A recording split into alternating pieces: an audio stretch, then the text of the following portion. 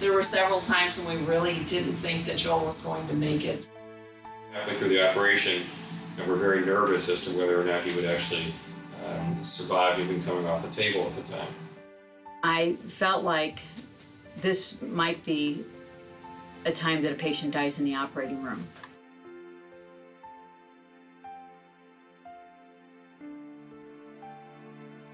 A fairly extensive operation to replace the aorta up to the head vessels, which required a halting of the blood flow to the brain while we replaced the upper aorta, and then required removal of the homograph and replacement of the aortic valve with a new mechanical valve.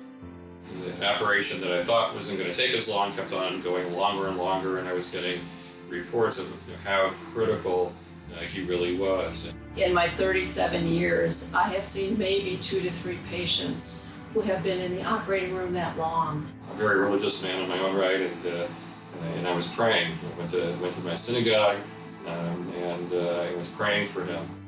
When we go in, we have no idea of how bad the scarring is going to be until we get in there. It's almost like Forrest Gump said about life is like a box of chocolates. Well, doing reoperative heart surgery can be like a box of chocolates. You never know what you're going to get until you get in there. Things weren't going as expected. There was bleeding and they could not find the source of bleeding.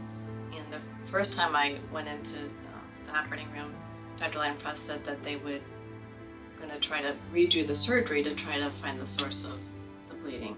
And getting that bleeding under control is a difficult thing, and the longer surgery goes on, the more difficult it could become. So he required a tremendous amount of blood products and the skills of a very skilled, experienced surgeon, and also from our ultimate surgeon and Dr. Above, that got him through the operation. It did not appear that the bleeding had slowed from the hour prior. Dr. Leidenfrost did not feel that things were going to be a good outcome.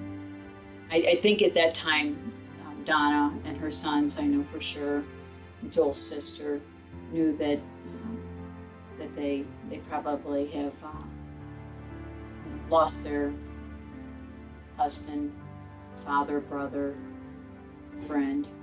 And the entire medical team wouldn't give up. I think that there were places that would have. They just said, this is it, we just can't. All of a sudden, the products turned everything around, and Joel stopped bleeding, and they were able to close the chest, which is another thing that I wasn't 100% sure they'd be able to do. And help from above is a critical thing that we have to be very well aware of whenever we're taking care of sick patients.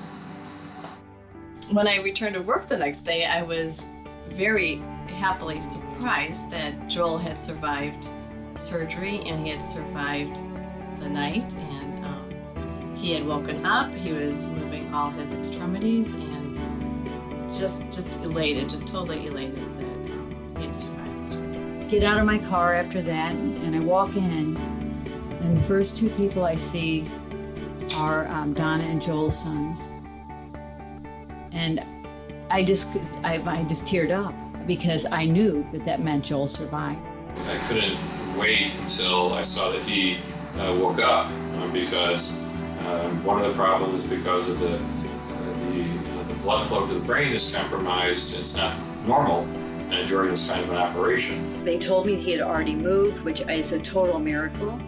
Not only did he wake up, but he did so well afterwards, and from being so close to death to getting to this point is really a miracle. Over the course of the next several days, you can't imagine how ecstatic everybody was in the hospital that he not only survived the surgery, but woke up and was doing everything to command, and I believe was off the ventilator within 4 days, and it was down to our step-down unit within 7 days, and it's just remarkable. It's just it's a remarkable surgery. It's a remarkable recovery, and it's a remarkable family. Thanks be to God.